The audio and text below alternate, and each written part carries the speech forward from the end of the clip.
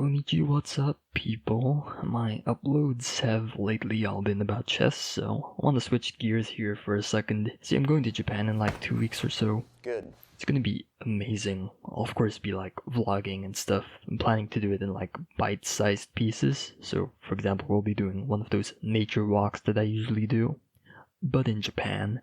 And that'll be one video. I'm gonna stroll down Ikebukuro and go shopping for BL stuff. That'll be another video, etc., etc. すみません。これください。かしこまりました。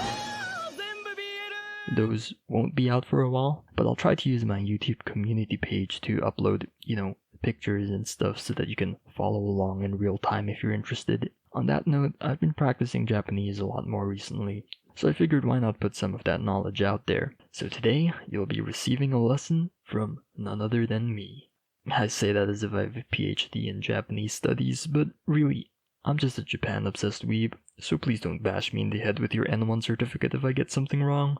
The way I like to go about learning is by watching Japanese YouTube videos and trying to understand and break down any sentences I come across. We'll be going through one of those videos today. It's called Loop no futari nori nanka chigau yatsu, or in English, riding double on a loop in a kind of wrong way, where Loop is a Japanese e-scooter rental company. This YouTube short is from the Shiritsu Paranormal Gogo channel, which uploads comedic animations. Kanji subtitles are included in all of their videos, which is super helpful. If you're looking to up your Japanese exposure, I highly recommend their videos, and also ones from the Mari Mari Mari channel, which is similar. Now, the video features people riding double on a loop in increasingly ridiculous ways, and we have a police officer asking them to stop each time. What's convenient is that the sentence structure gets increasingly complex as the situation gets more ridiculous, which is like perfect from a teaching standpoint. Without further ado, let's begin. So for the first two riders here, we have double riding in its most basic form. The police officer tells them to stop by using the word yamenasai. おーい、二人乗りやめなさい。はい。 Now this comes from taking the verb yameru, to stop, and using the nasai conjugation, which turns the verb into a polite command. You may have perhaps heard of the more common yamete, which uses the te form of the verb.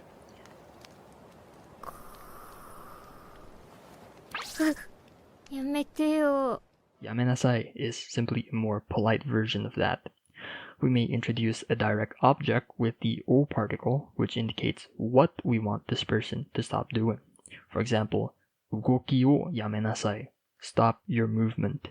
If what we want this person to stop doing is a verb, then we would have to nominalize it with the no particle.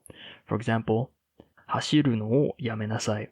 This is because the o particle only accepts nouns. Now back to the video. We notice that the o particle is dropped, and this is just typical particle omission that you see frequently in everyday speech. It's pretty obvious that what the officer wants is for them to stop doing this futari nori thing, which is, well, it's just a noun for double riding. Now we can go further, and we will. Futari nori is composed of futari, meaning two people, and nori, which is the renyoke of the base verb noru, meaning to ride on something, like a car, a train, or in this case, a loop. Now, taking the renyoke of a verb nominalizes it, and thus performs a similar function to no or koto. There are of course some differences, but we won't focus on that here. To get the renyoke of a verb, simply take its masu form, and then remove the masu. So for noru, its masu form is norimasu. Get rid of the mas, and you end up with nori. The renyoke of a verb is rarely seen on its own. Instead, a common thing to do is to combine it with another noun to create a new singular noun. So for example, I can combine the nouns futari and nori, which we have obtained from nominalizing the verb noru, and you get this new noun futari nori, riding double. Here's another example. Take the renyoke of taberu and you get tabe. Attach it to mono, a noun meaning thing, and you end up with tabemono, which means food. Same logic applies to nomimono, wasuremono, and etc. This one's pretty cool. Take the renyoke of oru, meaning to fold, and attach it to gami, which means paper, and you get origami, which I don't think I need to translate for you guys. I can even take two verbs, nominalize them both, and combine them. Hiku is the verb to pull, dasu is the verb to take out. Their combination after nominalizing gives hikidashi, which is the noun drawer. Don't worry, I lolled so hard upon first knowing about this as well. Alternatively, I can combine two verbs together and this time only convert one of them to its renyoke. The end result is not a noun, but rather a verb. For example, we can take taberu and aruku, convert taberu into its renyoke, and we end up with the verb tabearuku, which means to go on a food crawl. 今週末は友達と渋谷で食べ歩く. I'll go on the food crawl this weekend at Shibuya with my friends.